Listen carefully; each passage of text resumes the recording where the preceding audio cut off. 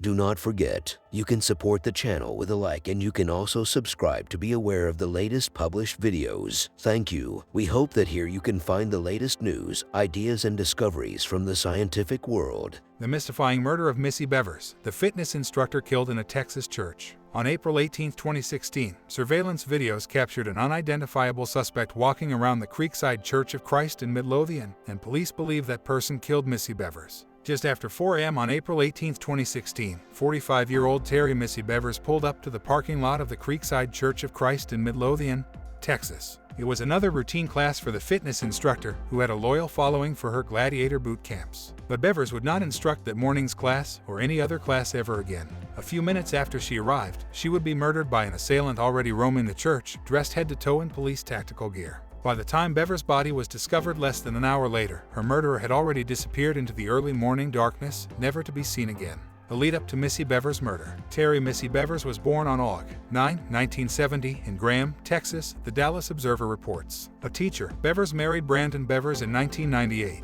and the couple had 3 daughters, aged 8, 13, and 15, at the time of Bevers' death, People reports. According to People, Bevers realized her goal of becoming a certified personal trainer around 2014 when she joined the company Camp Gladiator. As a certified instructor, Bevers held her fitness boot camps at Midlothian's Creekside Church of Christ, only a 20-minute drive from her residence. Although usually held in the church parking lot, that fateful Monday the 5 a.m. boot camp would be held inside the church due to a heavy thunderstorm in Midlothian. A less dedicated instructor would have canceled the session due to the inclement weather, but Bevers was determined to hold class come rain or shine. The evening before, Bevers posted "No excuses. You are gladiators" on Facebook. But unbeknownst to Bevers, her enthusiastic rallying cry on Facebook appeared to have served a more sinister purpose. It gave her killer the exact location and timescale required to commit her murder. The murder of Missy Bevers. On that rainy morning, Bevers arrived at the church around 4:18 a.m., according to CBS News, another testament to her dedication. Bevers parked her car near the church's front door so she could easily unload equipment for her class. But someone was already there. The church's motion-activated security cameras had captured a person, fully clothed in police tactical gear. Entering the church at 3:50 a.m., the individual walked the hallways of the church, unidentifiable in their heavy gear, their head covered by a helmet.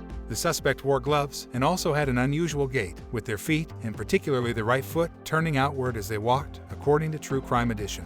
Church security footage also captured Bevers' arrival, but it did not record her violent and untimely murder. Students arriving for the workout 45 minutes later came upon the shocking sight of their instructor, dead, with puncture wounds to her head and chest. Was Bevers' killer someone she knew? Local police weren't used to dealing with murder in their community. As investigators delved into the disturbing case, they struggled to find a motive for the murder of the wife and mother. Searching the crime scene, they found evidence of forced entry into the building and a couple of rooms indicating a possible burglary, but nothing was taken. WFAA reports that police believe the killer likely staged the scene to look like a robbery to conceal their actual intentions. A height analysis of the suspect seen in the video gave an indication of 5 feet 2 inches to 5 feet 8 inches tall, based on an estimate of the vertical distance from the floor to the top of the suspect's headwear. The suspect's unusual gait provided another possibility that the killer was not necessarily a man. Investigators appealed to the public for information. Meanwhile, they began to investigate their most likely suspects, those closest to Bevers. This included her husband, Brandon Bevers, whose alibi, a fishing trip in Mississippi, was soon confirmed.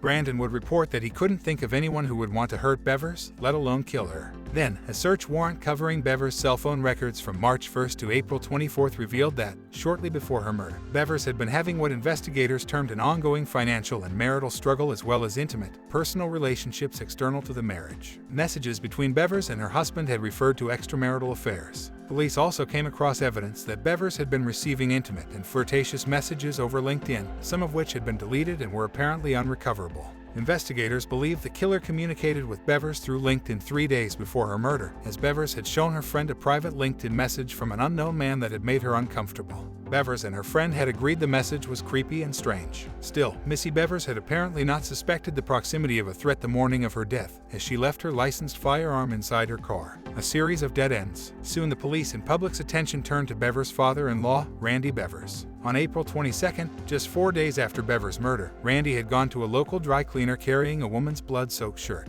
He told an employee there that the blood had come from a dog, explaining that he had broken up a dog fight and then carried one injured, bleeding dog to the vet.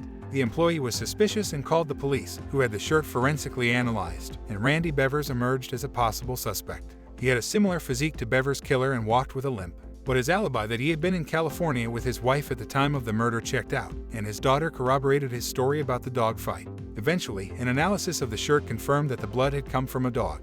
Over the next few weeks, a fresh lead emerged. A few hours before Bevers' murder, a suspicious car was captured on security cameras driving slowly around the parking lot of a sporting goods store near the church. The car spent 6 minutes in the parking lot, much of the time with its lights off. Police released the suspicious footage to the public, describing the car as a 2010 to 2012 Nissan Altima or similar vehicle and asking for information about its owner. But the owner was never located. The FBI also consulted a forensic podiatrist to examine the security footage to see if an analysis of the suspect's gait might help identify their gender. But the podiatrist explained that the unusual gait was due to the weight of their gear, CBS News reported, so investigators were back to square one. The status of the Bevers investigation. In late 2019, detectives followed up on a tip that had been phoned in multiple times during the investigation involving former tactical police officer Bobby Wayne Henry. Henry had admitted that he still owned his riot gear, but claimed it didn't fit him anymore. He also attended Mass at Creekside Church of Christ, walked with a limp, and owned a car that resembled a different vehicle investigators were looking into, a dark SUV believed to have been seen leaving the church the morning of Bevers' murder. Henry seemed a good fit. The only problem was he was 6'1", too large to be the person in the security footage. His alibi, too, was eventually corroborated, and Henry was ruled out as a person of interest. In 2021, 5 years after the murder of Missy Bevers, the Midlothian Police Department announced that a retired federal law enforcement agent had joined their team of investigators, Fox News reported, and that the case is not yet cold. "It's very difficult to say we are any closer than we were since the day this happened," said Midlothian PD Chief Carl Smith. "Sometimes it seems like we are being silent, and that silence cannot be mistaken for a lack of activity."